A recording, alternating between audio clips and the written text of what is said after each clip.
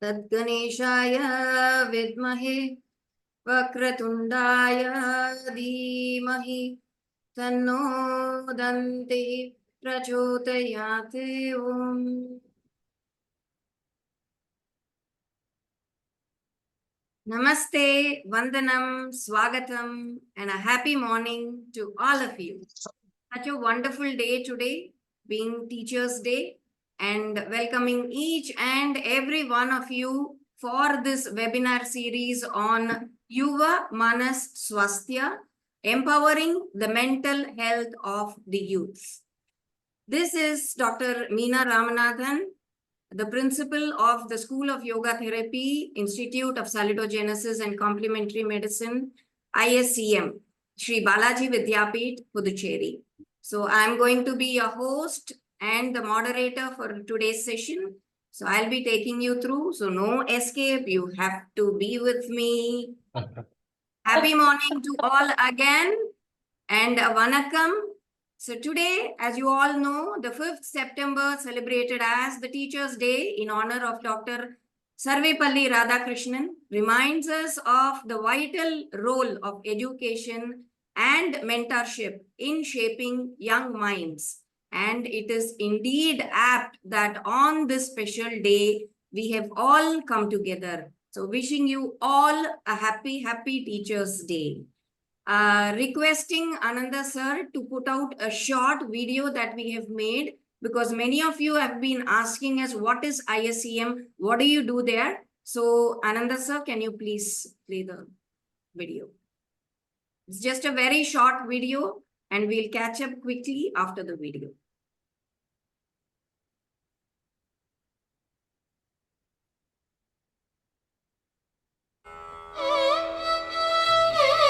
Welcome to ISCM, the Institute of Salutogenesis and Complementary Medicine in Sri Balaji Vidyapith, a deemed to be university situated in Puducherry.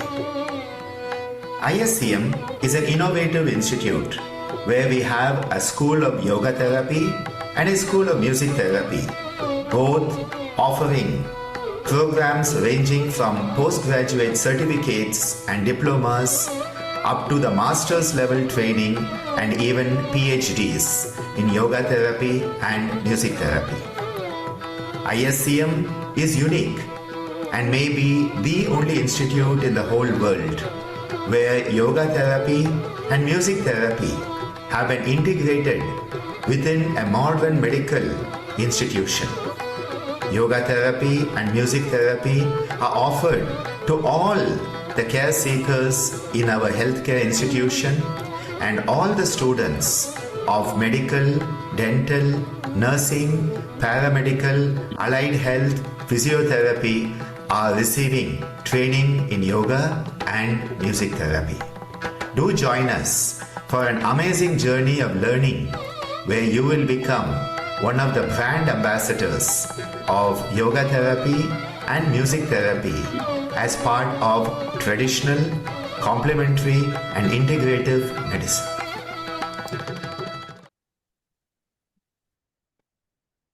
So welcome back all of you after that short video. We are into the webinar for today. Nurturing the mental health of the youth is the spot-on form of guiding and empowering the next generation. And today's youth, the driving force of our nation, face increasing challenges, unprecedented pressures, academic stress, career uncertainties, digital overload, addictions, rising rates of anxiety, depression, and sadly, suicidal tendencies too. Addressing mental health of the youth is not just about reducing their mental distress, but it is about empowering their resilience, fostering emotional intelligence, and creating systems of support in the family, education institutions, community, and in policy levels. So we need to foster self-awareness, discipline, and inner balance, the qualities that are utmost essential for navigating through the modern day pressures.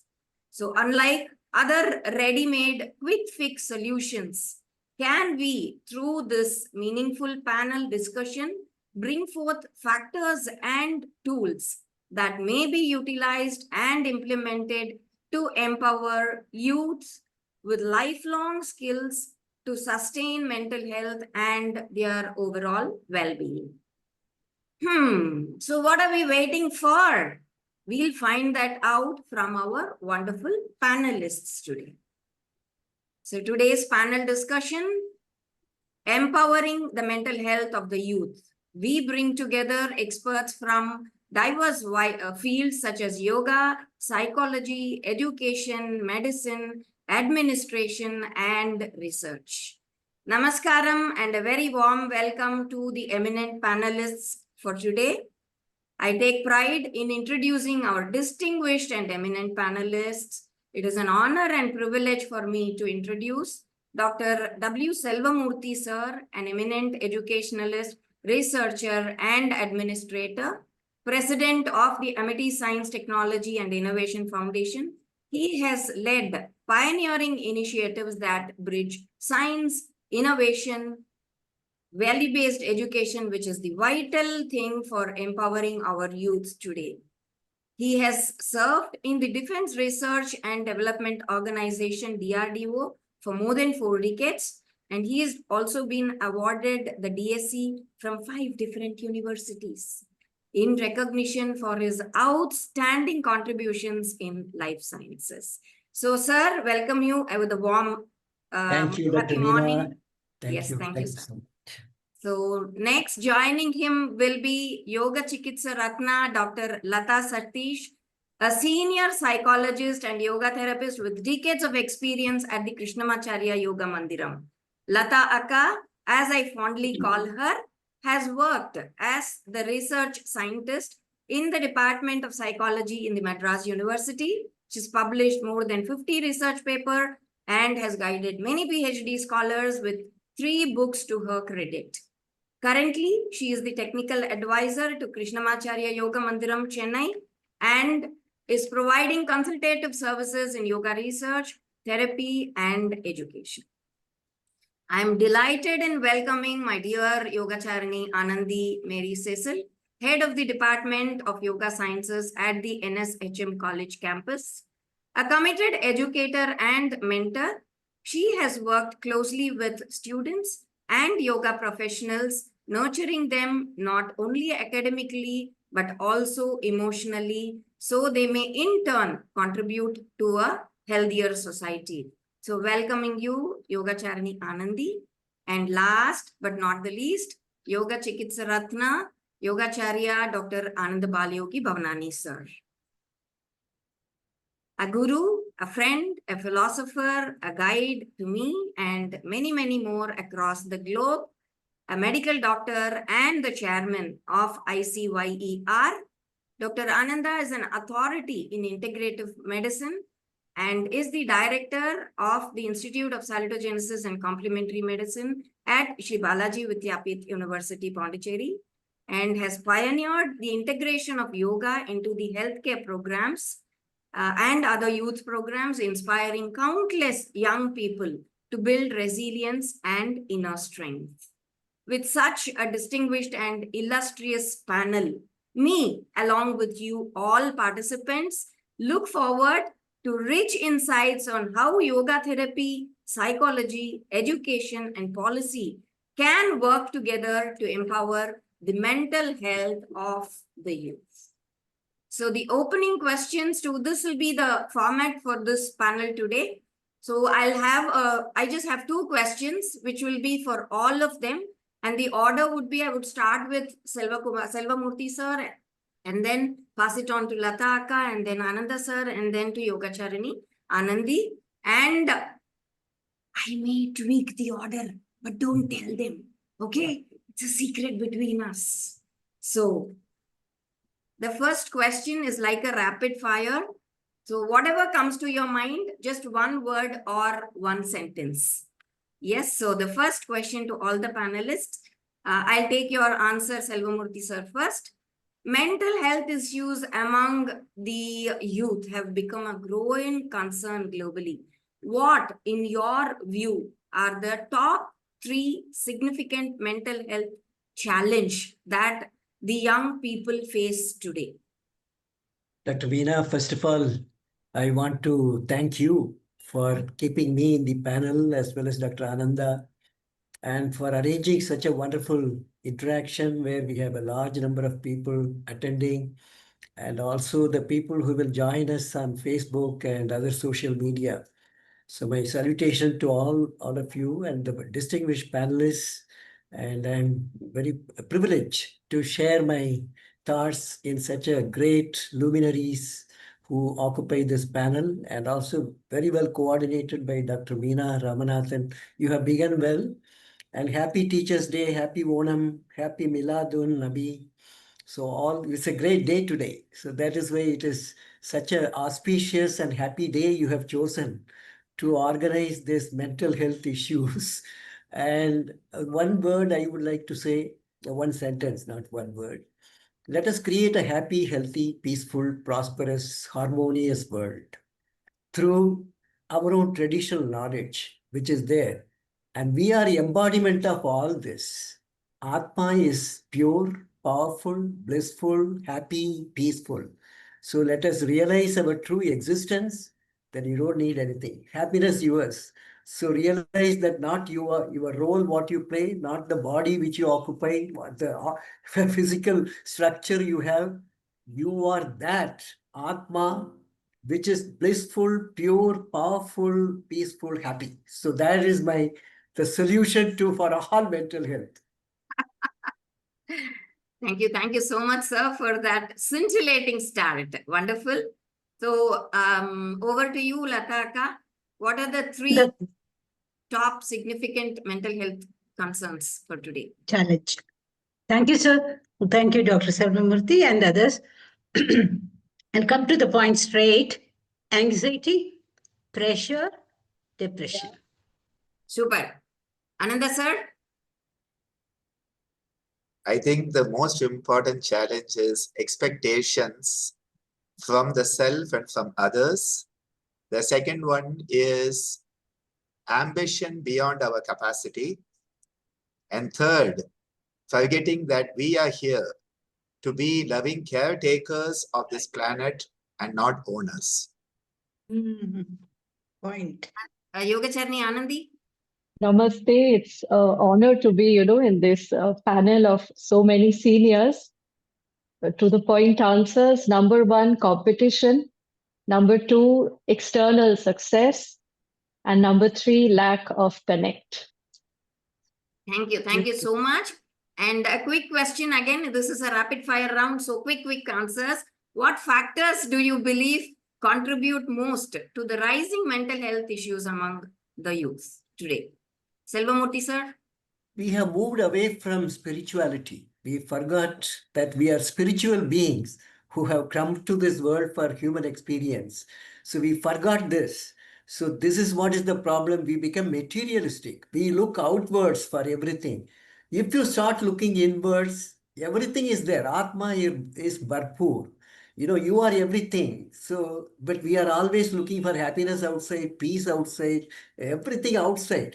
So only one message I would like to say is we have forgotten, moved away from spirituality to material life.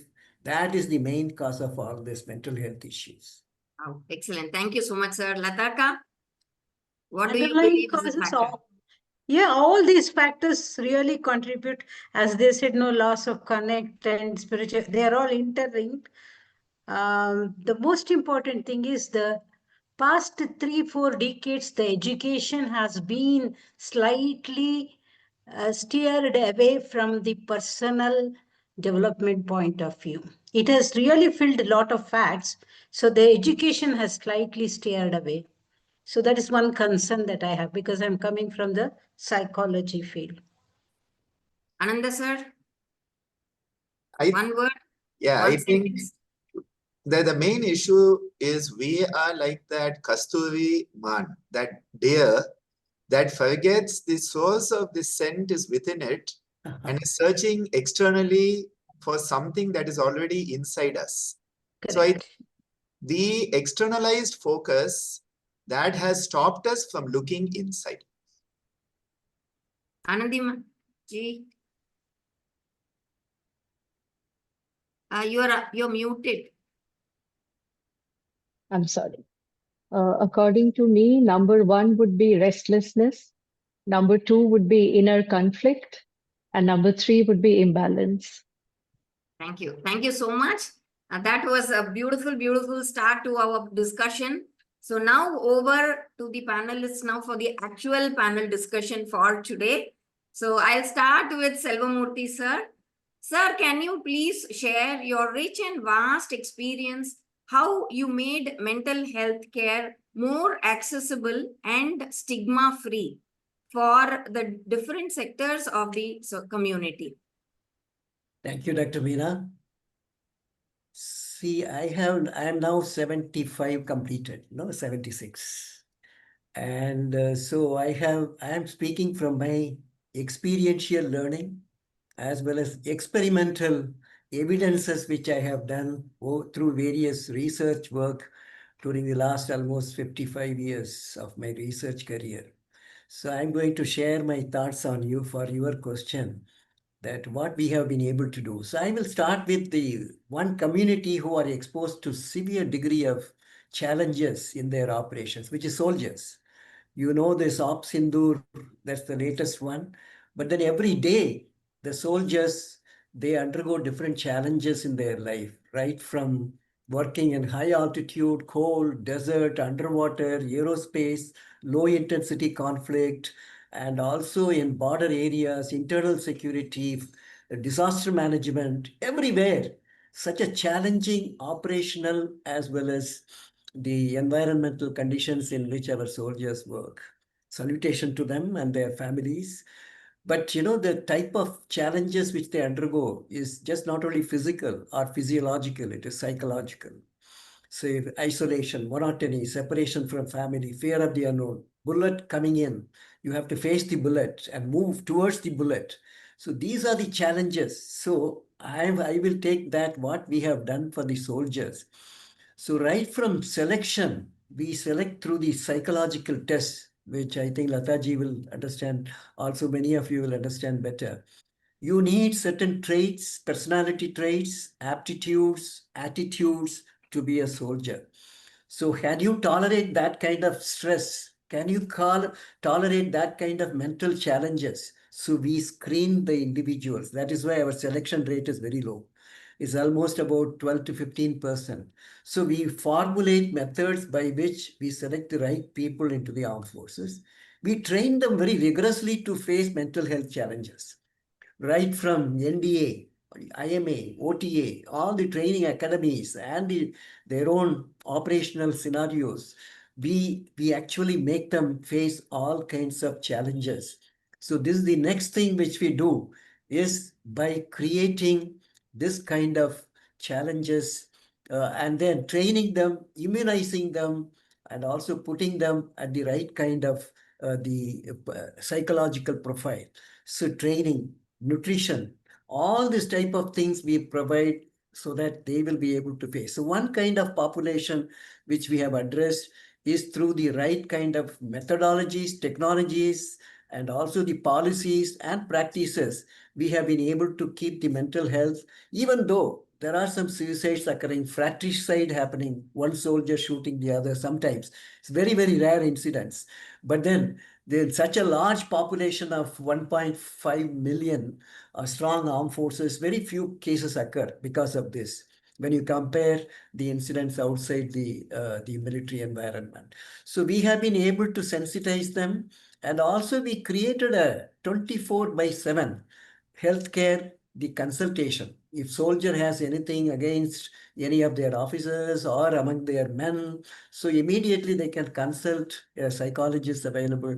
There is a Defense Institute of Psychological Research where I served as director for 11 years. So that gives the directions. They train the counselors how to train the counseling process for the soldiers. So this type of systems we created. We introduced yoga into armed forces. I want to tell you, there is no other armed forces where yoga is being practiced. Based on a very series of research studies we carried out, physiological, biochemical, psychological, clinical research which we carried out. So through evidence-based mechanisms, we were able to introduce yoga. So let us look into the armed forces as one population.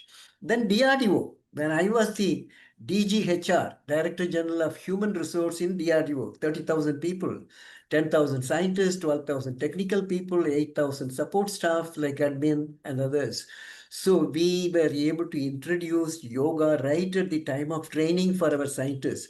At their post-induction training at Institute of Armament Technology, which is now known as Defense Institute of Advanced Technology, I introduced yoga for all the scientists who enter at their entry level, so that at least they will continue to practice. Because the scientists in DRDO is a very challenging position. It's not even though it's very attractive, lucrative, but it is very challenging. We have to work 24/7.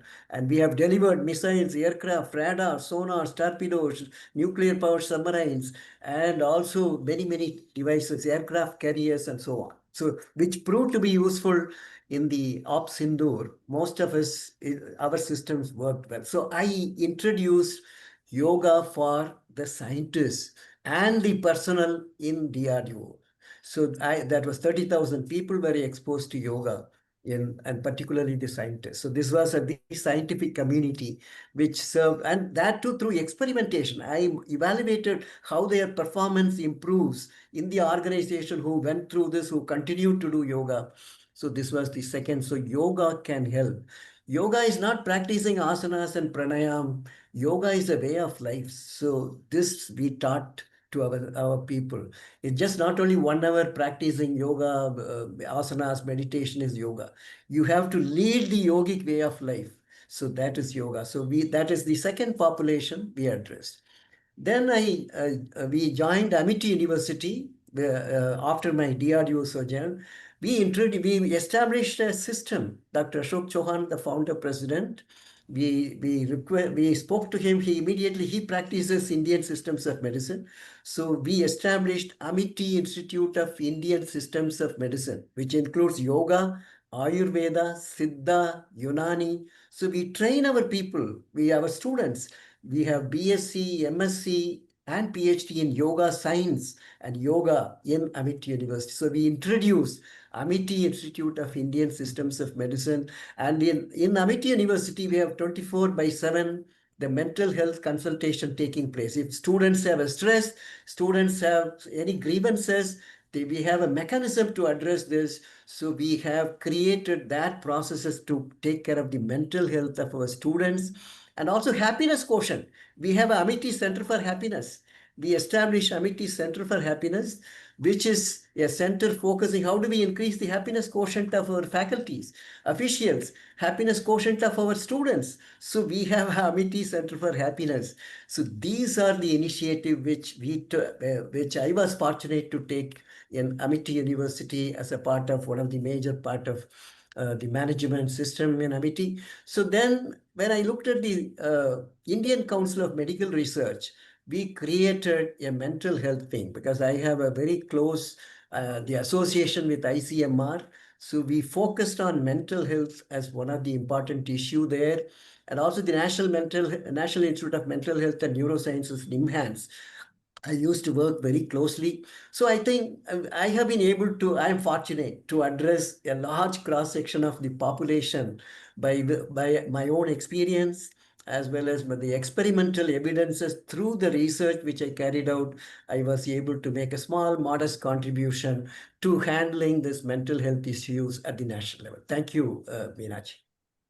Thank you so much, sir. Wow, that was truly mind-blowing and heartwarming to see, from the soldiers to the scientists to students, increasing the happiness quotient. And like you rightly put out, yoga is that experiential science. Yes, Anubhuti Shastra. And you have cut across, I think, the whole a whole chunk of the population introducing yoga and enhancing their lives through the introducing the art and science of yoga. I'm sure we'll definitely talk. Can you, I'm the participants, can you see like what work he's done, the voluminous work he's put in, and yet such a quiet and humble person saying, I have just had a little bit of such a modest, down to earth person, sir. You are a true inspiration, sir. Thank you. Thank you so much for sharing all that with us. So, Latha, from the armed forces to the family life, how can parents and teachers distinguish between normal teenage mood swings that they have often and serious mental health concerns? What are the most evident warning signs, to understand that a young person might be at a risk for suicide, or he is, falling into the addiction net? So how do we understand all this? As a psychologist, I'm very curious to know it from you, Akka. Over to you. Thank you. Thank you, Meena. And it was a pleasure listening to Dr. Selvamurthy, because I have seen him in many conferences in the Delhi, and inspiration, your work were inspiration for all of us. Thank you very much. And I'm really happy. Just answering Meena's direction of question, very important people who can add value to this promotion of health and mental health among young people, children also, is parents and teachers and relative support systems who are there. So we had a lot of family, very well integrated family system long back. Now it has changed, but still I will try to focus only on what you are trying to extract from me. So the first thing is whether it is mental health issues of some pathology, or is it, if it is an addictive condition, or if it is something to do with the prevention of suicide and other thing. There are stages. That part I would like to tell you that primary prevention is one of the best form of thing. So every parents or teachers, schools, teachers or other stakeholders, they have to have that value for the generation, the younger generation. So therefore they have to be alert. First important thing is to be alert, aware, and see what is it that is happening or not. I feel surprised that parents do not buy bicycles for the children or bike because they are scared that road accident happens. But they are not scared whether this guy is spending money to buy something or trying to do something with the fan or something. This is where I really get stunned about it, because the parents are able to see the accidents and other thing that happens, but they don't see the other issues in the society. So that's why this campaign, whatever that you are doing, it becomes a very important awareness creation also for people who are working, irrespective of the field where they are dealing with it. Now, giving the issue of how to detect some of the finer aspects, that is what I'll say. Because if I tell no, then everything becomes suspicious. I don't want to put it as if all the children all the children are anxious, or all the children are very depressed or something, or everybody is going to attempt the suicide. It is not like that. Just like we feel temperature, we feel temperature, okay, there is a fever that is going to come up, let me take some precaution, something like that. And we look at the cloud around and say, okay, let me take an umbrella, something like that. Minor signs. So I just try to tell something which is common for people to observe, especially parents and teachers and other stakeholders. First, at the behavior, psychological level, one of the first thing you have to notice is the sleep pattern. There is a direct one-to-one relationship between the psychological well-being and sleep pattern. And youth, none of them sleep on time. That's again, and research has also shown that. But if somebody is not even sleeping at 1 o'clock and they get up somewhere around 1:30, 10:30, 11 o'clock in the morning, but still put some dress or something, go to college or doesn't go to college, all these things are the first thing. Sleep shifts in the sleep pattern and long period of awakening, untimely sleep. That is one thing. Mood swings. Mood swings are very common among the teenagers, but especially that irritable mood or a mood which suddenly goes in an erratic manner, which you would have noticed this boy or the girl is not like that, but suddenly she is becoming not interested in anything, closes the door and hours together sit inside the room, something like that.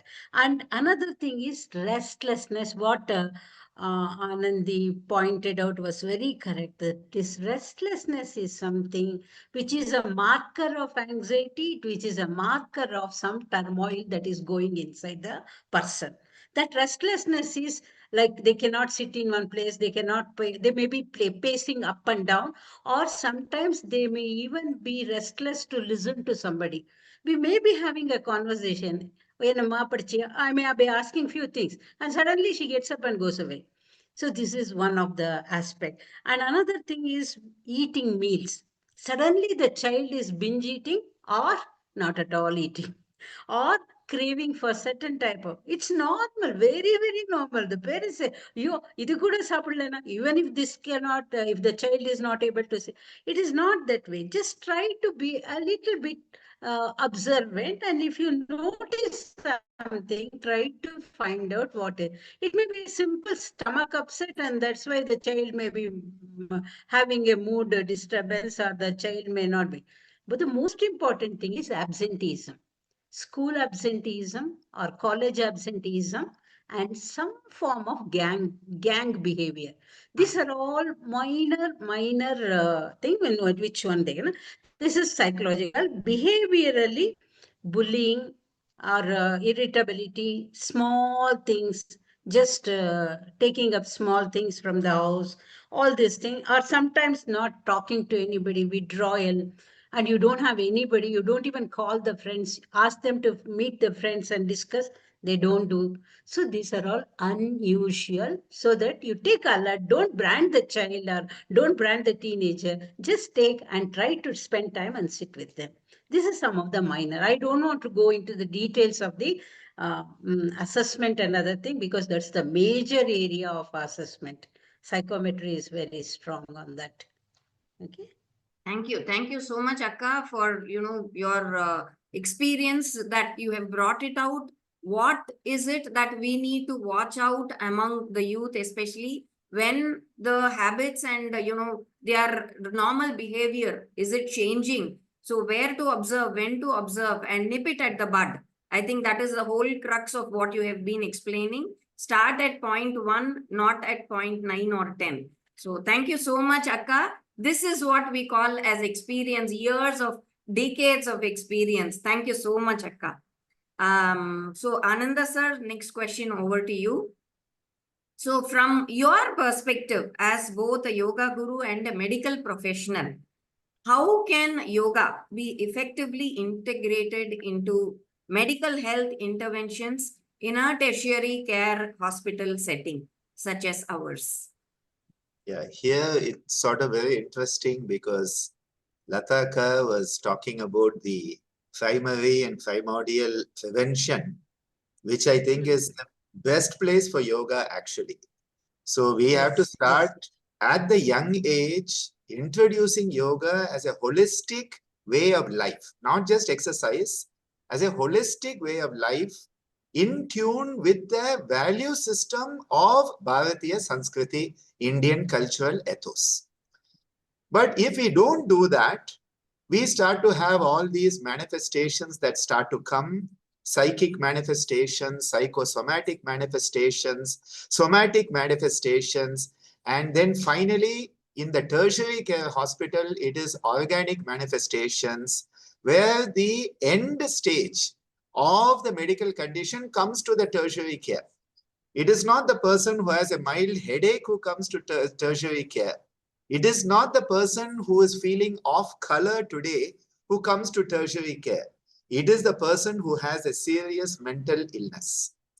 So in such a situation, you are doing a lot of patchwork most of the time, because we are trying to address the symptoms that are manifest, but we are often not given a chance to look at the cause. The Heya, Hetu, Hana, Upaya model of the Chaturvyuha is vital in all aspects of Yogachikitsa.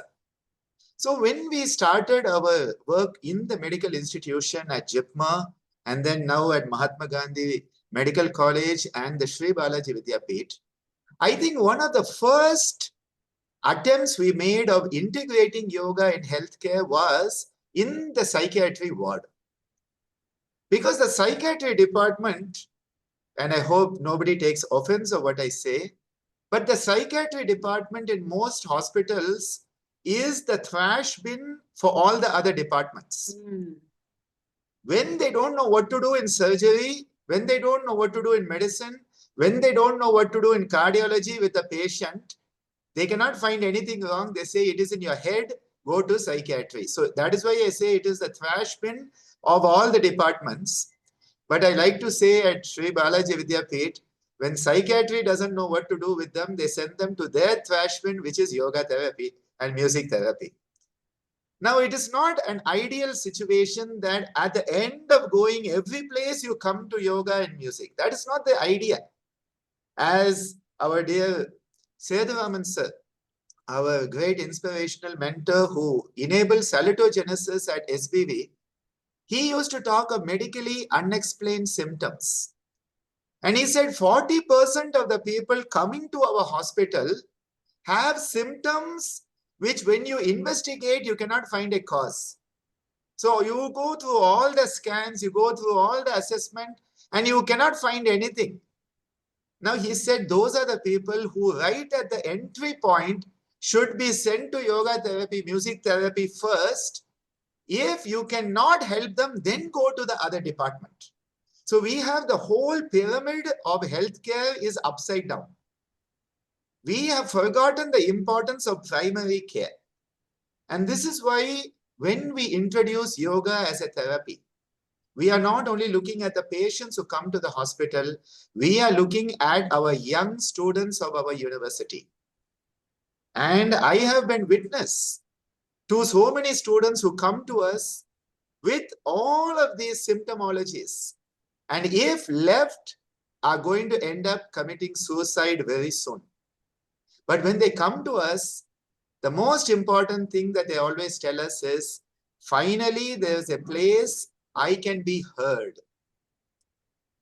The people who have a disharmony at the mental level of the Vijnanamaya Kosha and Manomaya Kosha level, they want to be heard. Nobody hears people. And because nobody is hearing in family, nobody is hearing in relatives, nobody is hearing in teachers, nobody is hearing in society, the young people start to go inward and inward and inward and start to go into this bottomless pit from which they don't know how to come out, and that drives them to these desperate situations where they take their own life.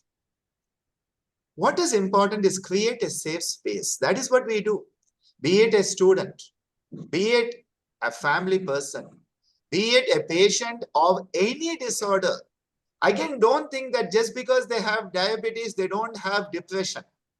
Don't think that just because he has a angina, he will not have anxiety. All of these things go together. When the body is not well, the mind is affected. When the mind is not well, the body is affected. Andam and Pindam are constantly connected. Psychosomatic, somatopsychic are constantly connected in every state of health and disease. What does yoga offer? It gives you a practical philosophy. It gives you a practical psychology.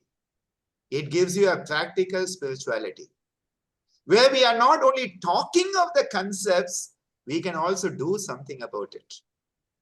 When you feel restless, you can do some yoga practices. When you feel emotionally volatile, you can do some pranayama. When you feel anxiety and stressed, you can do some shavasana and yoga nidra. And this is why the first and foremost approach of Yogachikitsa is listen, let them feel they are being heard, let them feel they are respected as an individual, valued as a person and not a label of a disease. Why do people not seek help for mental health condition? They are worried of the stigma. Stigma is the biggest stumbling block in anybody seeking help for mental health. See, if you go and say, I have diabetes, you don't worry about the stigma. Even you are not worried of the stigma in so many physical conditions because it is accepted. But if you say I'm depressed, if you say I'm over anxious, oh my God, kuch ho gaya unko, pagal ho gaya, paityan aitanga.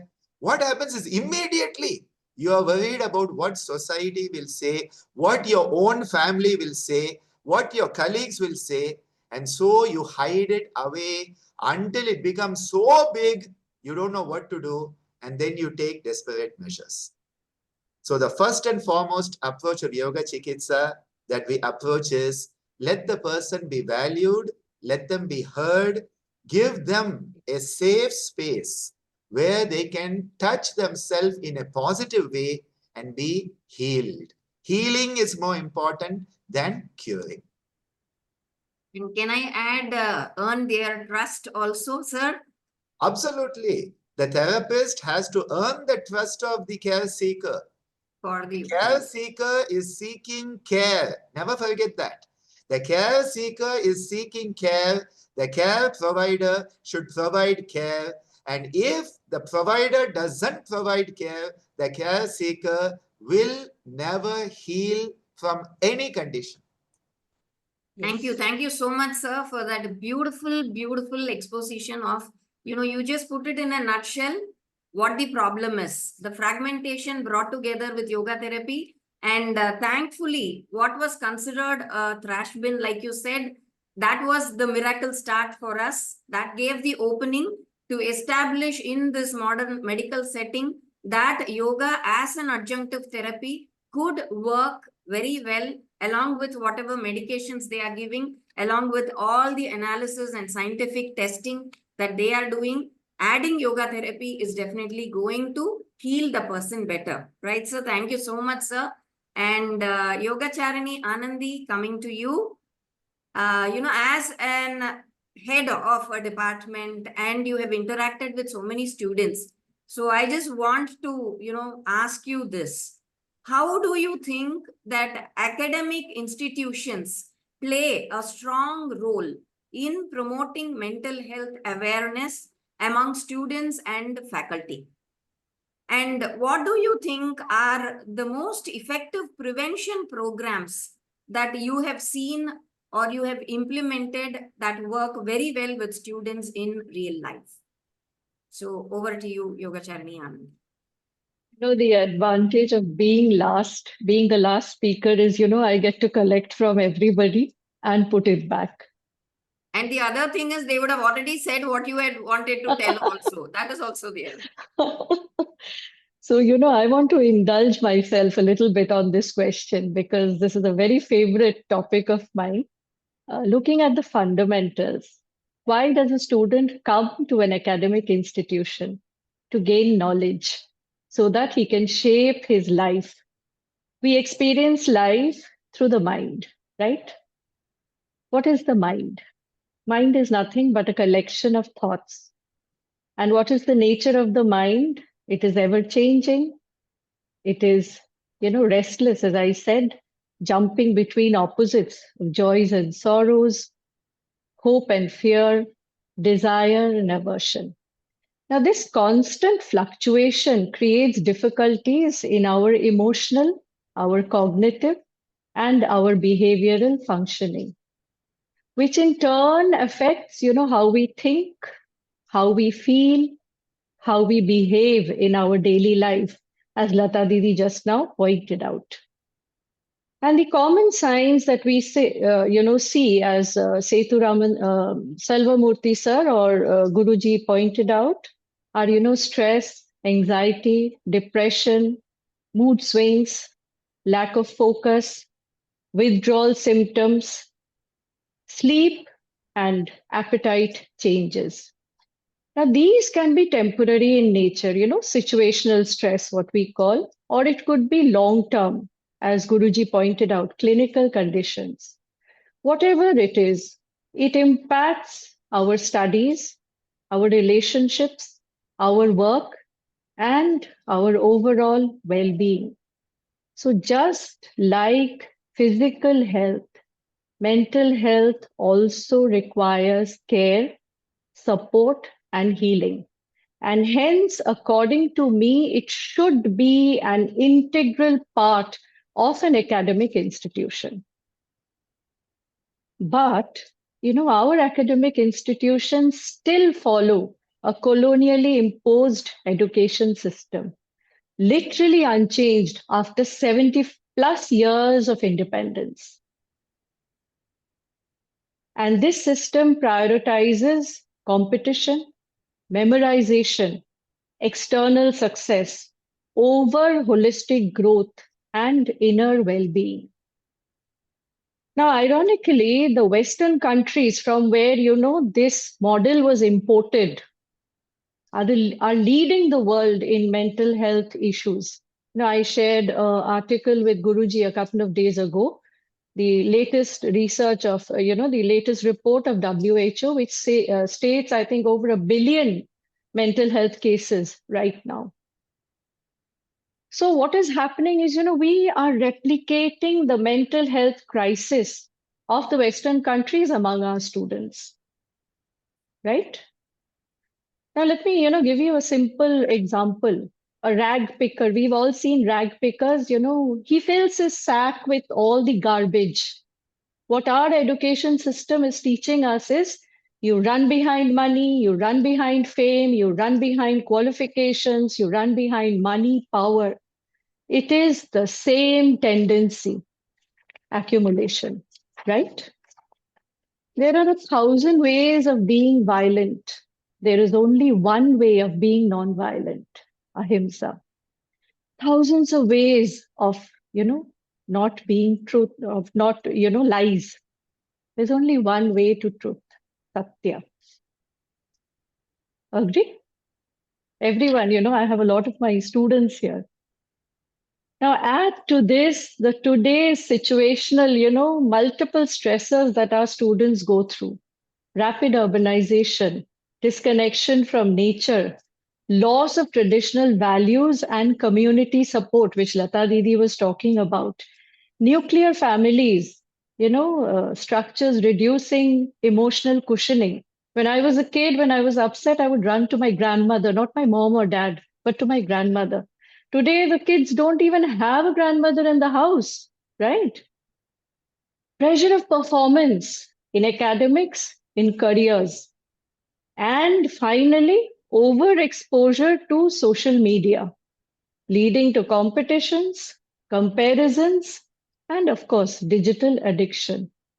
Now, all these together are playing havoc on the tender minds of the students.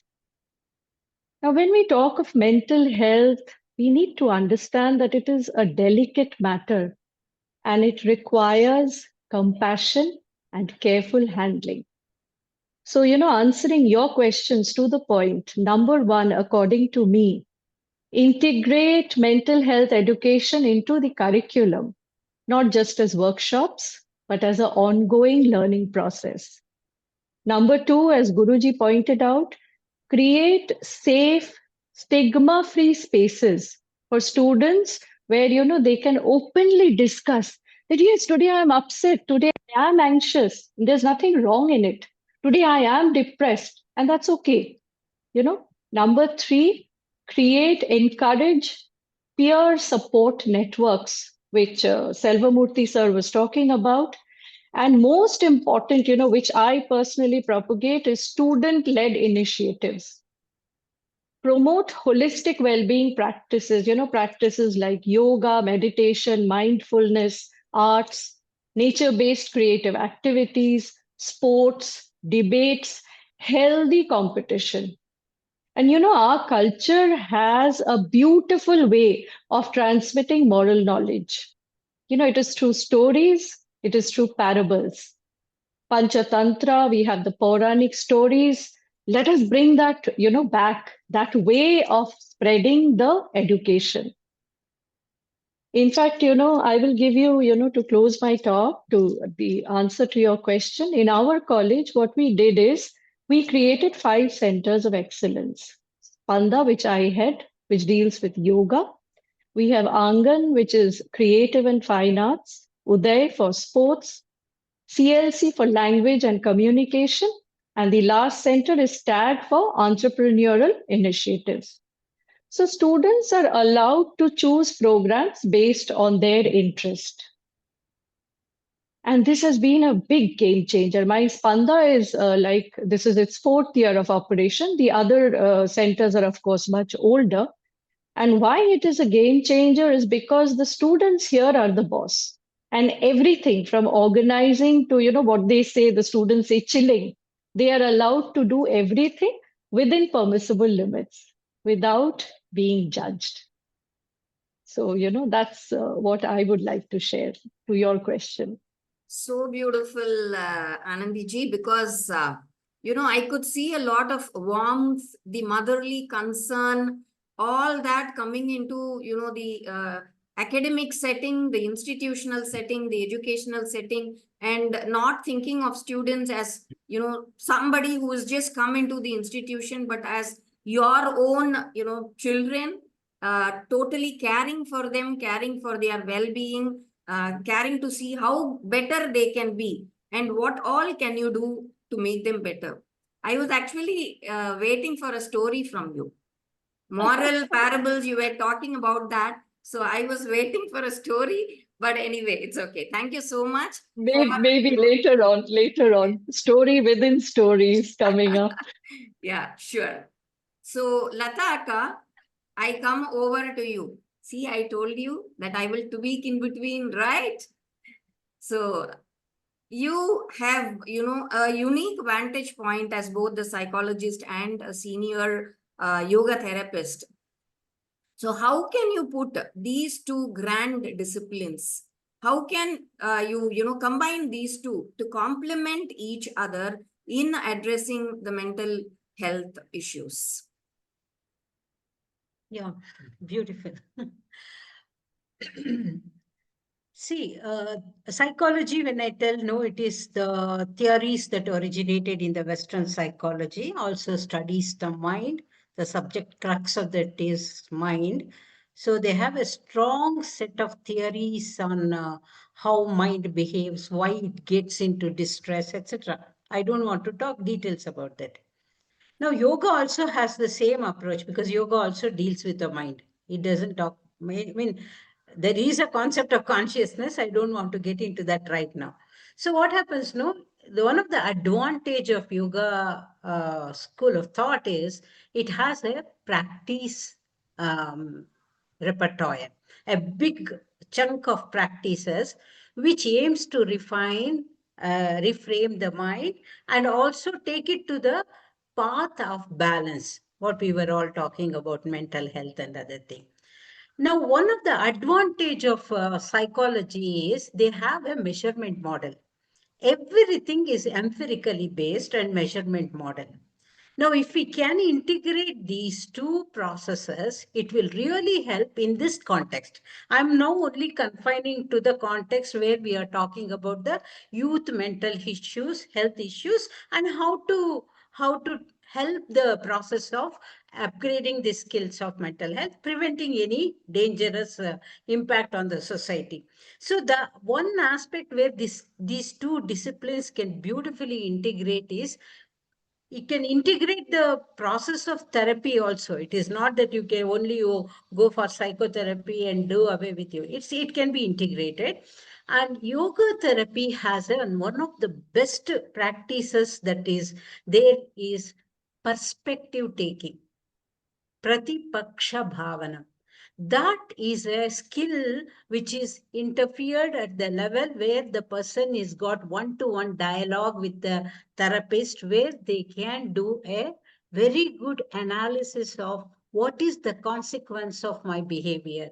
What will be the other consequences? Like that, they can take a perspective. This is almost akin to cognitive behavior therapy. It's almost similar to that. In cognitive behavior therapy, there is a prior idea. This is what is the right and wrong. Whereas in yoga, there is no a priori approach. What is it, the consequences? So therefore, the impulsive reaction comes down. So this is very strong in all this holistic tradition where the intervention comes from within out. It is not from outside in. So these are all some of the important critical points where integrated yoga therapy with some psychological intervention can help in the process of full blooming, full unfolding of the person as a healthy purnatvam. That is possible with this approach. So I really appreciate the empiricism of Western psychology and the subjective orientation of yoga. So if we can integrate that, they will really help in the process of helping all the both individual and the community. I don't see any harm from the other and each other because, okay, if you're a psychologist, you can't be a yoga therapist. If you are a yoga therapist, you can't be a psychologist. It's not like that. We can integrate it and balance it in such a way that we know what is the best for the individual and can be done. And this changes at different levels. Primordial prevention, it is different approach. At the person when they are afflicted, it is different. When they have become highly problematic, then the whole thing, you have to work with a team of people.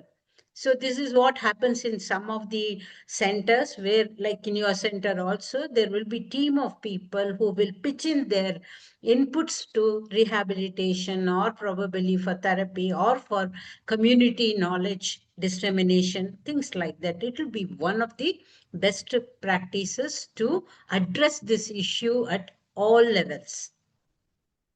Thank you. Thank you so much, Latha Akka, because I was just awaiting that factor of Pratipaksha Bhavanam, which you brought out so beautifully, connecting, the cognitive behavior therapy as well as this. How can we replace all these negative thoughts, negative tendencies from, and replace it with positive, fresh thoughts and tendencies and their behavior, their attitude? How can all these be addressed with that? So you brought it, it's indeed the complementary aspect which you have brought out. So thank you so much again, Latha Akka.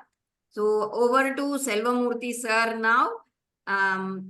Sir, all of the other panelists have been discussing so much about education and other things, as a part of administration, what can be done, how can it be complemented? So in your perspective, what role does education and early intervention play in preventing such mental health challenge in the first place? So what is your perspective on that, sir? I would like to know that. Dr. Meena ji, first of all, no, I'm learning a lot. They're all my teachers now. On Teachers' Day, my pranams to all the panelists who are, I'm learning a lot from their deliberations. So my compliments to all the panelists for sharing their wisdom and vast knowledge and experience they have, and compliments to you. So coming to this education, when I say education, you have three dimensions of education: formal, non-formal, informal education. So I would like to see the education, just not only the degrees, undergraduate, postgraduate, doctoral degrees which you get. That is also one very important part of education for your career and progression and so on. But then there is another one, non-formal education, which is very, very important. Then there is a third dimension of informal education, the media, the social media, print media, and electronic media, everything. Also, you are learning from that, actively or passively. So when if we have to look at mental health, we need to have a holistic approach in education. That's why the National Education Policy, the recent one which the Government of India has promulgated and then is being implemented by all universities, institutions, schools, So please do implement, because that is looking at the holistic development of an individual. It is just not only your cerebral cortex or the learning from the material knowledge, how to be a healthy, happy, peaceful, prosperous, successful person is being the foremost objective of the national education policy. So because the human being exists at three levels: Sthula Sharir, Sukshma Sharir, Karana Sharir.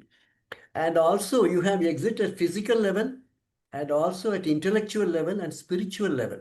So your education should nourish all the three dimensions of your existence, not just only here, the mental faculties, material knowledge, domain knowledge to be increased.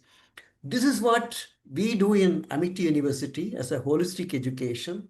We have havans done every day in our, so students attend that, we welcome them, we pray for them, and so we inculcate this. They come and touch the feet of the elders. So these type of sanskars are also part of education. It is just not only the textbook classrooms which we give. Community, we have Amity Humanity Foundation. We take them to the field, to the downtrodden slums and the orphanage, old age home. So we go connect with them. So we connect. This is spirituality. Spirituality is giving.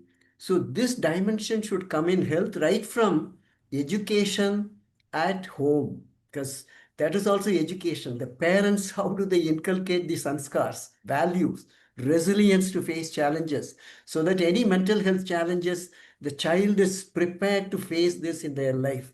So your education starts at family, then at schools, then at universities for higher education, then at the society, workplace. So everything is education. You learn how to handle mental health challenges at every step. So when I say education, that it needs to be addressed at all level, because we always teach them to be competitive. Supposing a child gets 100 out of 100, we give them a bicycle, we give them all incentives. But if a child donates 5 rupees to that beggar, or he has listened to the problem of a servant, we should award that. We don't award this. We recognize the competitive, the achievements rather than spiritual achievements. Yes. When the child manifests such spiritual dimension, we should reward. Reward and punishment is important. So this should start from home. So I would suggest that your sanskars, values, education should start at home. Then coming to medical education, we should teach doctors. There is a psychological dimension. The present doctors look at only body and disease. They don't look at the health of the individual, mental health of the individual in holistic perspective, because they don't know. Their medical education deals only with the body. So we should radically change the medical education, which should give psychotherapy, the counseling, mental health dimension as a major part. In fact, your disease started at mind. All that, whether it's hypertension or diabetes or coronary artery disease or insomnia or psychological, psychiatric problem, everything started here. But you are looking at body. How do you, symptomatically treat this? So this is where the traditional knowledge has to be imparted in the medical education. So the medical MBBS doctors should know that there is a psychological existence. It's not the body, because we are dissecting only body and anatomy. We don't know there is a psychological existence. So when you say education, I will come to medical education. We must bring this, only India can do. This is what I have written to Prime Minister's office. I have written to Health Ministry. How do we integrate the traditional knowledge with the modern medicine in education, so that the doctor knows there is an Ayurveda, there is a cure in yoga, there is a cure in naturopathy. And can you use it as an adjunctive, complementary system of medicine like Dr. Ananda is doing in the Institute of Salutogenesis and Complementary Medicine? Suppose there is a breast cancer patient. You have surgically removed the cancerous growth, and then you have given radiotherapy, chemotherapy, but there is a very important component of psychotherapy. Unless you give this, the prognosis of the patient won't be complete. This is where we have done experiments on 60 patients looking at psychoneuroimmunological axis. We looked at the perceived stress, anxiety of the women losing a breast, you can imagine the kind of psychological stress that women will undergo. So we looked at the perceived stress. Then neurological axis, we looked at sympatho-adrenal axis. We looked at sympathetic, parasympathetic balance. Then we looked at the hormones, stress hormones, cortisol, adrenaline, noradrenaline. Then we looked at the immune profile, CD4, CD8, NK cell, PHA. All those we measured quantitatively. Then we looked at the coping strategies. How do these patients who has undergone this breast cancer have been treated? Then we looked at the coping strategies. Then people who were given psychological intervention, psycho-oncology, which is a department. So we need in medical education, I'm giving one example. In every aspect, you have to treat not only the body, but the mind. So in the medical education, we should orient to the doctors that this dimension, unless it is given, the patient will not be totally cured. So this is one aspect I like to say at the medical education. Then we must also have, prayers and blessings. We should teach the children the power of prayers and blessings, which is very huge. I used to call Brahmastra. And this we give it to our children in Amity University. And so this is very important. So in the education, blessings from grandparents, parents, coming to the teachers, and also all we need to give that as part of our education. So I would now to just wind up this issue that we must have a holistic education. There must be a complete re-engineering of our education and a three-dimension, formal, non-formal, informal education, so that this re-engineering to look inwards, we never make our children look inwards. How to silence your mind so that the receptivity goes up and your concentration improves, memory, learning efficiency, psychomotor performance, everything increases. This yoga can do, meditation can do, mindfulness can do. So this we should teach our children right from school onwards. So this also should become a part of our education, so that if I have been successful, I have been practicing yoga for almost now 50 years. So I have never been admitted to hospital even once in my 75 years of existence. I don't take any medicine. I climb stairs. I don't use lift. Now, what I want to say, not to appreciate myself, but then just to say that it is possible to have a good mental health and keep your silence of the mind, balance of the mind. We always fluctuate. We spikes. Let us control the spikes and create a stable mind, emotional stability, emotional intelligence. We talk about only IQ. EQ, SQ is important. Emotional quotient, spiritual quotient. Let us build that in our education. That's my message to our educational system, that this is very, very important. If you have to bring Satyug back in the world, create a happy, healthy, peaceful world, not only in India, but India should be a Vishwa Guru to create a model and to show the world, yes, we can create a happy world. So that is my message. Thank you. Oh my God. Thank you so much, sir. When we say drishti, when the negative eye, when something happens, drishti. So touch wood, I want, that physical health and mental health in yours to stay, just remain the same as you are now throughout life, so that your wisdom and, the prajna, as we call it, could be shared with so many of your people around you and all around the world. So thank you so much. You brought out so beautifully how, the sanskars and values could be brought from the childhood, trained from the childhood, and then, how it can be learned, how it can be implemented also. In an educational setting, it is nothing new at all. How these sanskars can be, implemented and executed in all this. And you so beautifully brought out the Adija Vyadi concept, as we usually keep talking about. That is where the modern scientific therapies and the yoga traditional therapies, complement each other so well. It is not just looking at the physiological level, but addressing the psychological level also. So that was so beautifully brought out. And by treating the cause, you can repair what is happening in the symptomatically in the body. So beautiful, sir. Thank you so much. Ananda, sir. So sir has brought out how all these can be, started from a family setting. So can you discuss the importance of family dynamics in mental health? And how can parents and caregivers be more supportive without adding to the already existing pressures on the teenagers, on the adolescents, on the youth? So over to you, sir. I think the first thing that all parents should learn is stop comparing your kids with the neighbor's kids. This padosi wala, pakathu veetu kolanda, just stop that. Our country, all parents get into this that look at that kid next door. I'm like, your kid is your kid. They have your genetics. You are creating their phenotype, genotype. You are creating their nature, nurture. And why are you comparing with somebody else's nature and nurture? This comparison kills every aspect of individuality in that kid.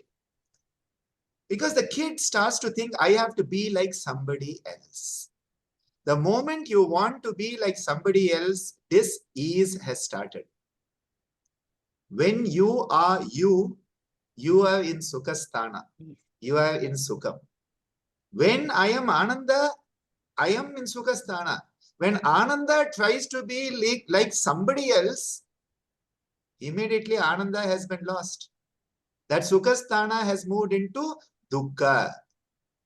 And this is why the first and foremost lesson as a parent is, do not compare your kid with anybody else. First point. Second, understand that each individual is unique. Your child has been born for a certain dharma and to work out certain karma because of samskara vasana that have come from the klesha. See, this is, we have to understand. So let that child grow into their own potential. Do not try to put a mold of some other idea on your child. If a potato is growing, let it be a potato. If a tomato is growing, let it be a tomato. If a mango is growing, let it be a mango. Don't try to make a mango into a potato and a potato into a tomato. You have created mutation. You have created disharmony. You have created dis-ease. So acceptance that every individual is unique. Acceptance that each individual is born with a certain physical, psychological, emotional, and spiritual potential. How can we facilitate them to grow into that potential? That is what we should focus on as a parent, and not whether they are going to become a doctor, an engineer, a psychologist, a carpenter, whether they're going to go to the UK or the USA. That doesn't matter. Because just because they have become a doctor and gone to USA doesn't mean they're happy and healthy. Right? That is the problem.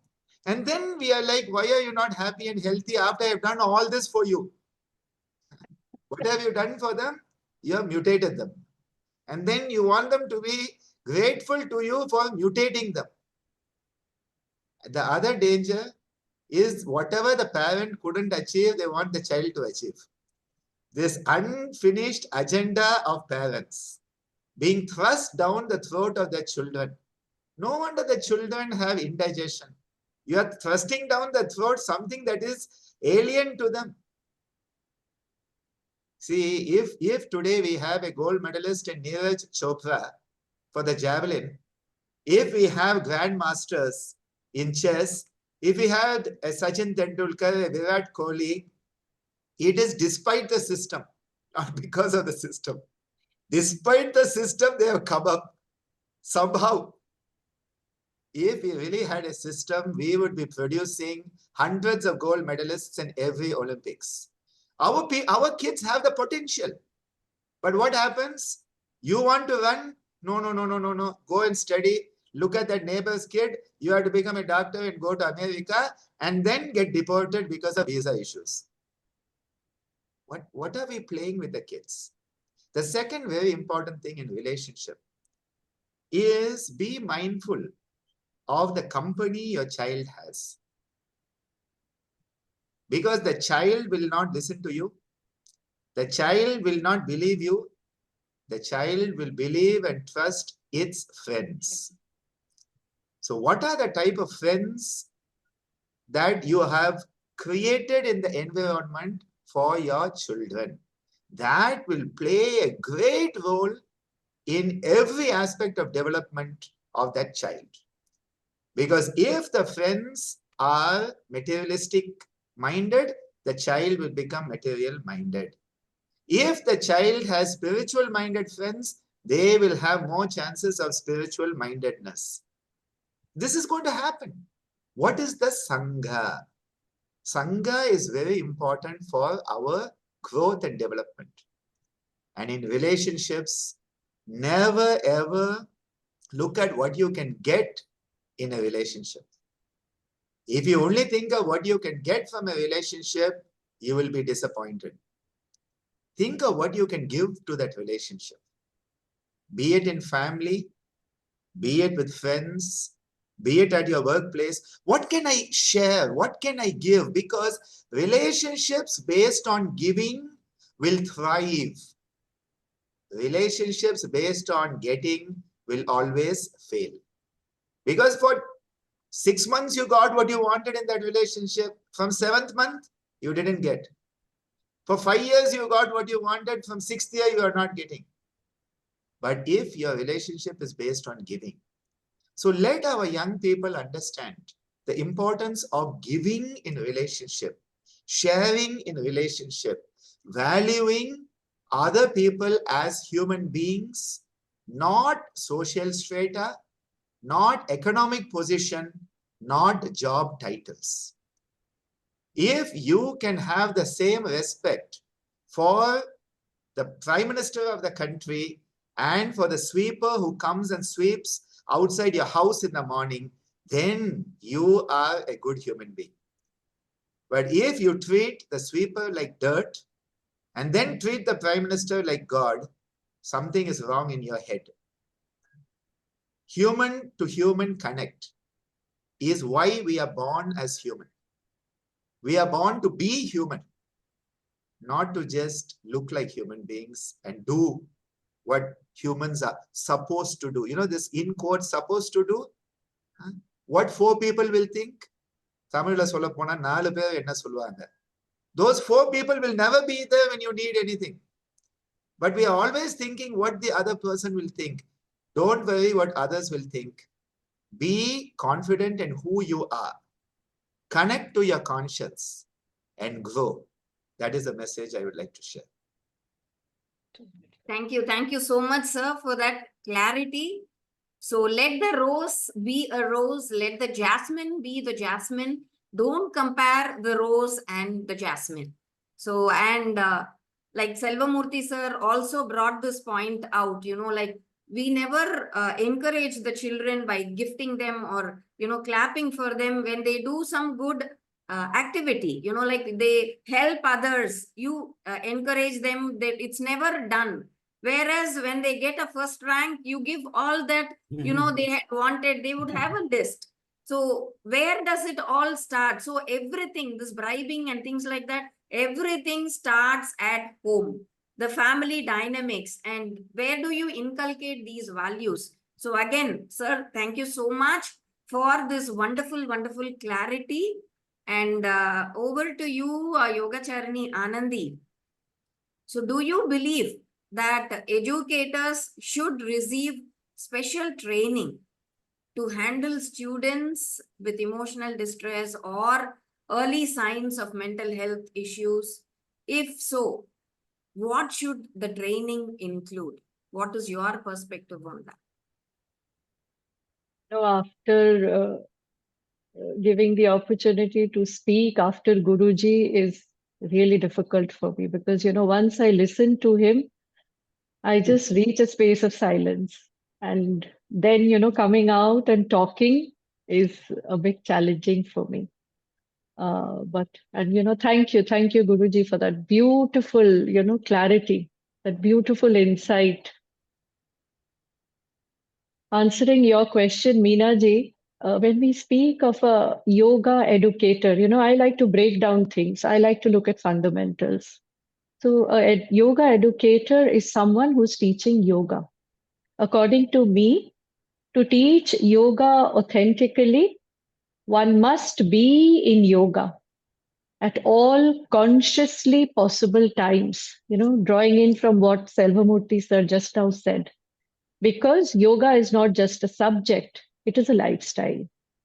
So the foremost requirement for a yoga educator has to be a strong and stable self-practice, sadhana.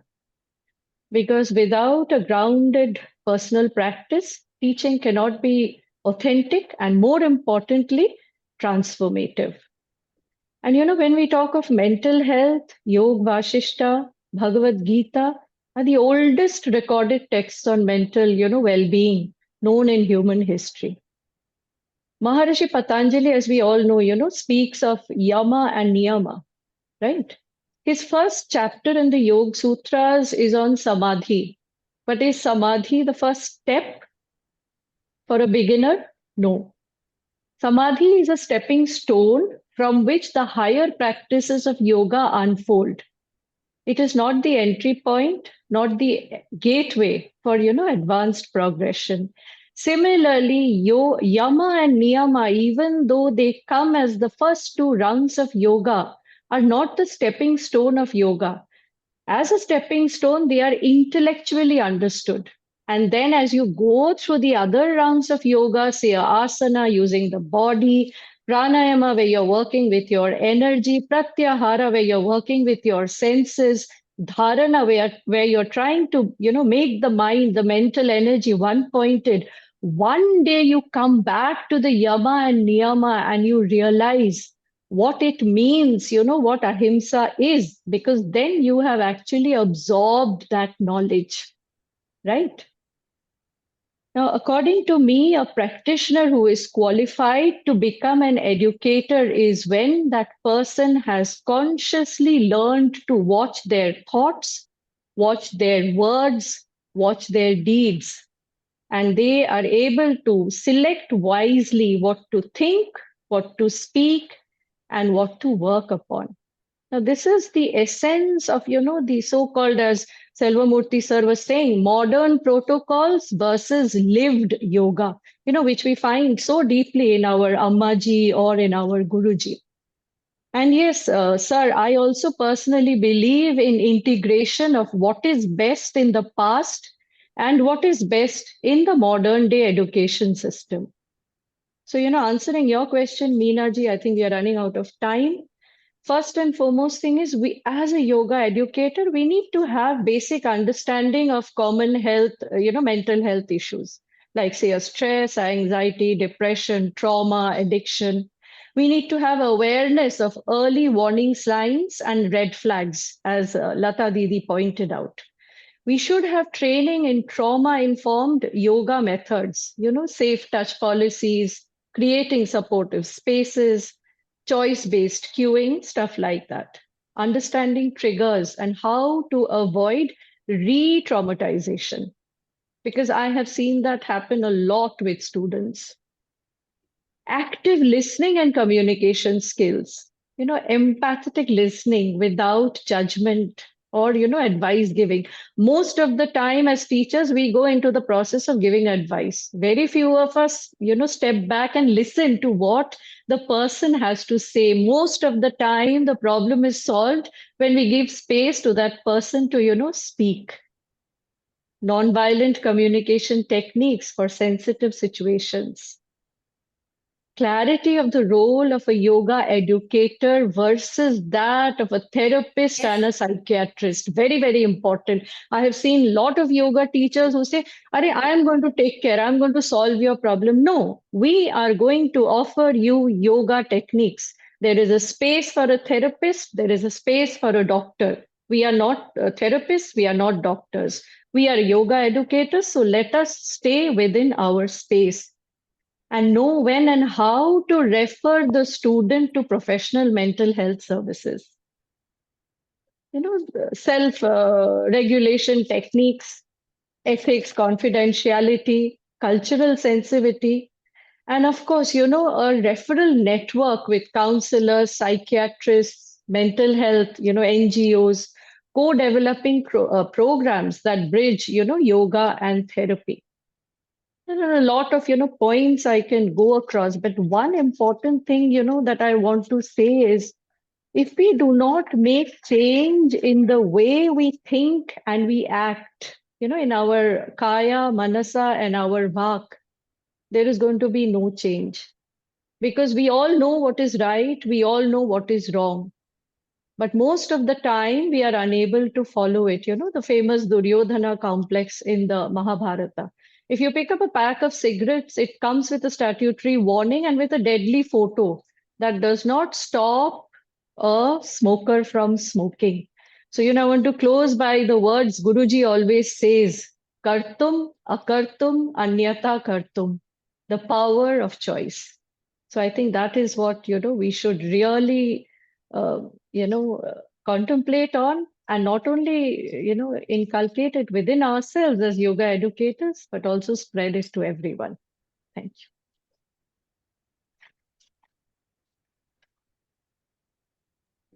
Thank you so much. So we are coming to the end of this beautiful, beautiful webinar, the panel that we've been discussing. We don't want to end. We want to just, keep on hearing them. But again, time schedule is also very, very important. So truly, truly rapid fire question, just one word or one sentence answer for all the four of you. Selvamurthy sir, I'll start with you first. If you could give one piece of advice to parents, one to educators, and one to youth themselves, what would that be?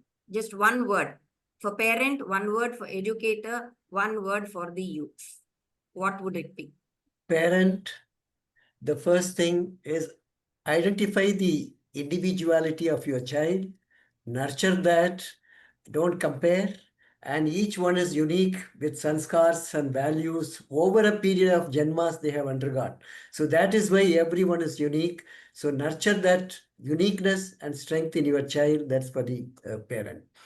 Then for the teachers, make people realize, accept people as they are, because each one is unique. Acceptance, not expectation. Expectation leads to problem, but acceptance, the people, each one is unique. Accept them as they are. You can't change them, but you can change the response to that individual or to the happening. So accept happenings as it happens. This is again for everyone, because we don't accept, we want everything to happen as we desire. And there are many other external factors. So accept people as they are, accept whatever happens to you. You can't change the cloud burst occurring and then you can stop, but you can take the corrective measures. So accept happenings as you are, but respond properly. This is the message to all the cross section, and own the responsibility. Whatever happens to me, I am responsible.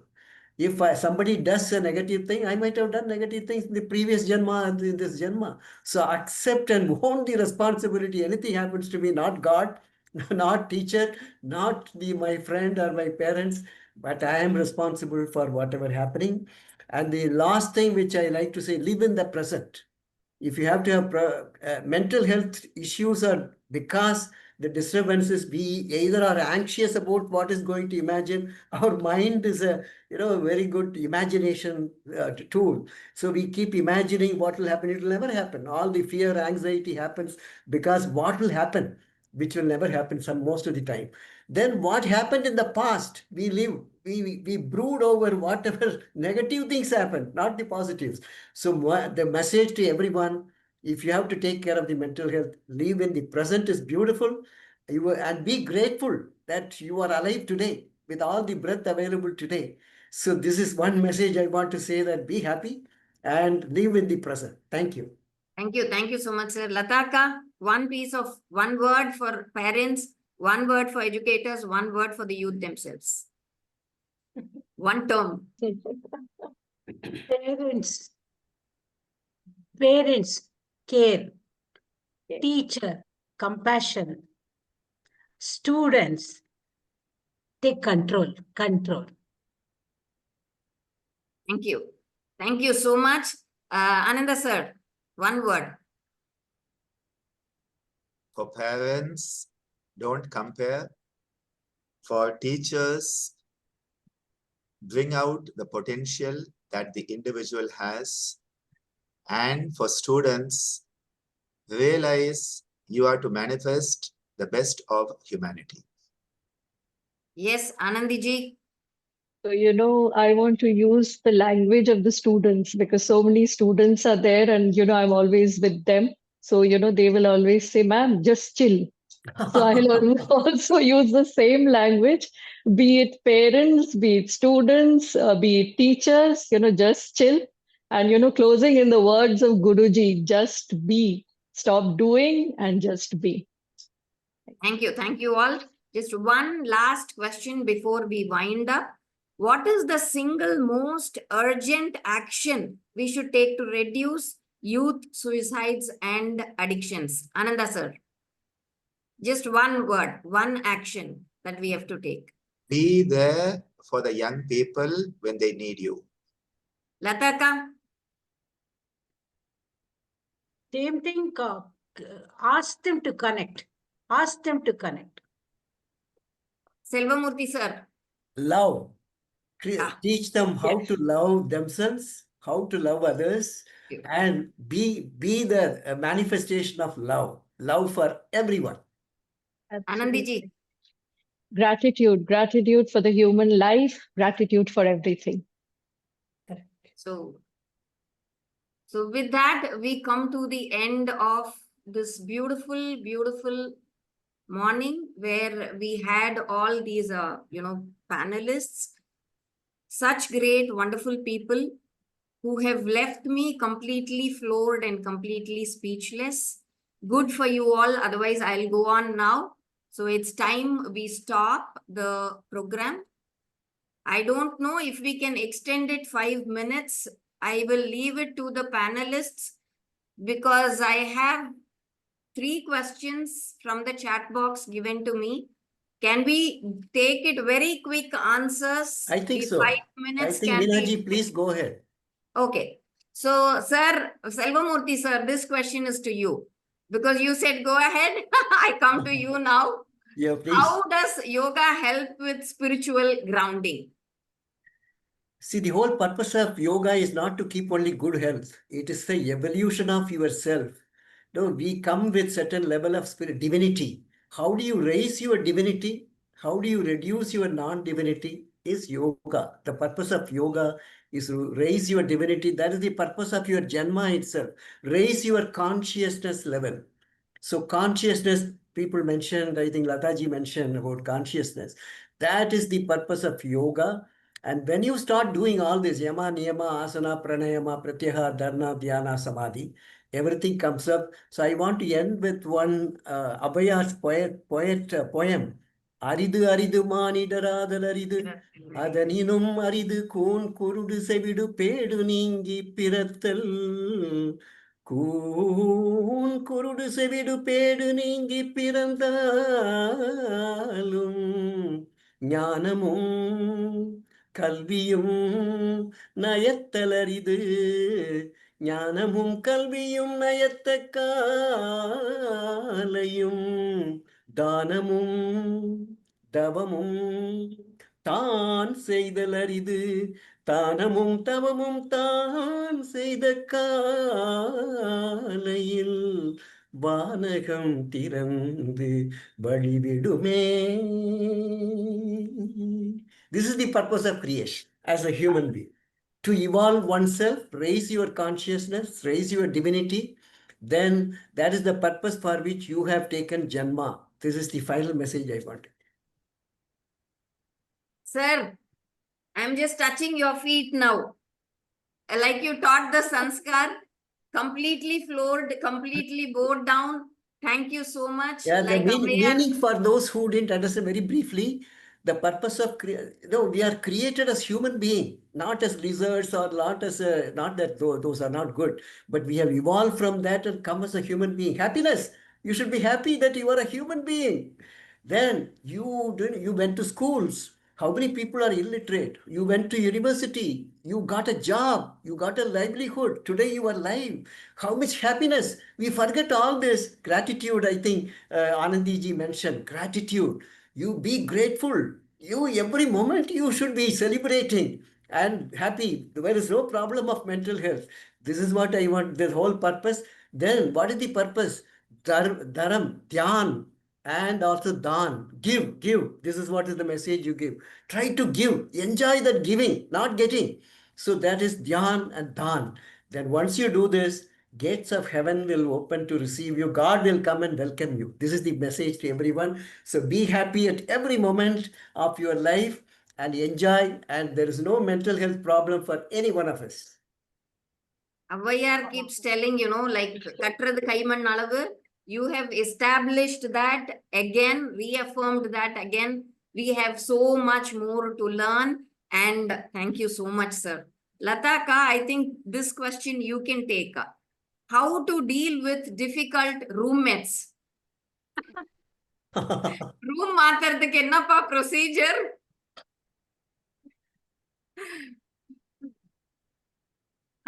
I don't have the whole context, but due to the shortage of time and other thing, I wish you all the best. The way you perceive your roommate makes a lot of difference. Yes. And if you are having a lot of harassment or anything, please connect with somebody who can help you. But if it is not harassment, but you have a roommate with whom you cannot get along, then you have to look into the source of your discomfort and come out of it. This is not an answer, but it depends on the context in which. Very difficult to deal with the roommates if you are not able to get along, but try to find out what is the reservations that you have and can you come out of it. Because we start working from within, not from outside. Accept, adapt, as well as send positive vibes. Yeah, send formed. Maitri Bhavana. Yeah. So thank you all so much for this wonderful, wonderful discussion, mind-blowing and eye-opening discussion that we've had today. I'm sure each and every participant enjoyed it as thoroughly as I did today. So thank you all for being with us today, and all the participants, thank you so much. Yes, I saw the question in the chat box that will the recordings be shared? Yes, we will share the recordings with all those who have registered for this program. And I saw a few more regarding the information about ISCM. We did play the video in the beginning, but I will request Ananda sir to please play just 1 minute video. Play it once more before we sign off. Welcome to ISCM, the Institute of Salutagenesis and Complementary Medicine in Sri Balayogi Vidyapith, a deemed to be university situated in Puducherry. ISCM is an innovative institute where we have a school of yoga therapy and a school of music therapy, both offering programs ranging from postgraduate certificates and diplomas up to the master's level training and even PhDs in yoga therapy and music therapy. ISCM is unique and may be the only institute in the whole world where yoga therapy and music therapy have been integrated within a modern medical institution. Yoga therapy and music therapy are offered to all the care seekers in our healthcare institution and all the students of medical, dental, nursing, paramedical, allied health, physiotherapy are receiving training in yoga and music therapy. Do join us for an amazing journey of learning where you will become one of the brand ambassadors of yoga therapy and music therapy as part of traditional, complementary and integrative medicine.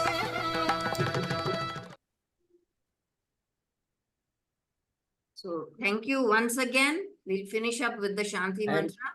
Dr. Yes, sir. Meena, we Yes. want to thank you, and let's clap for Dr. Meena, Ramanathan, the Yoga Thilakam. You really coordinated and you brought the best out of us.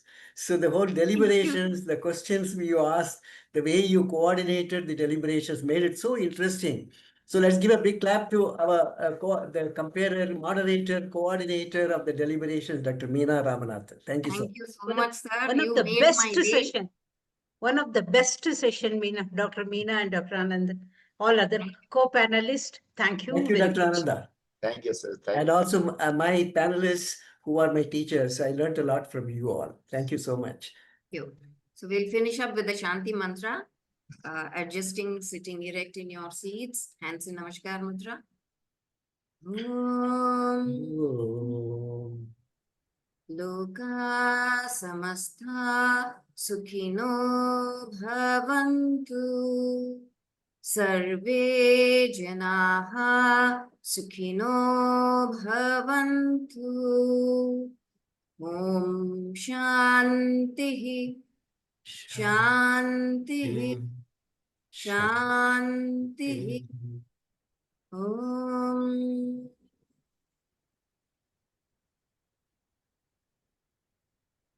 Let the well-being prevail all around us. Thank you all so much.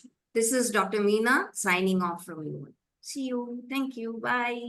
I'm just going to allow everybody to unmute themselves if you would like to say thank you.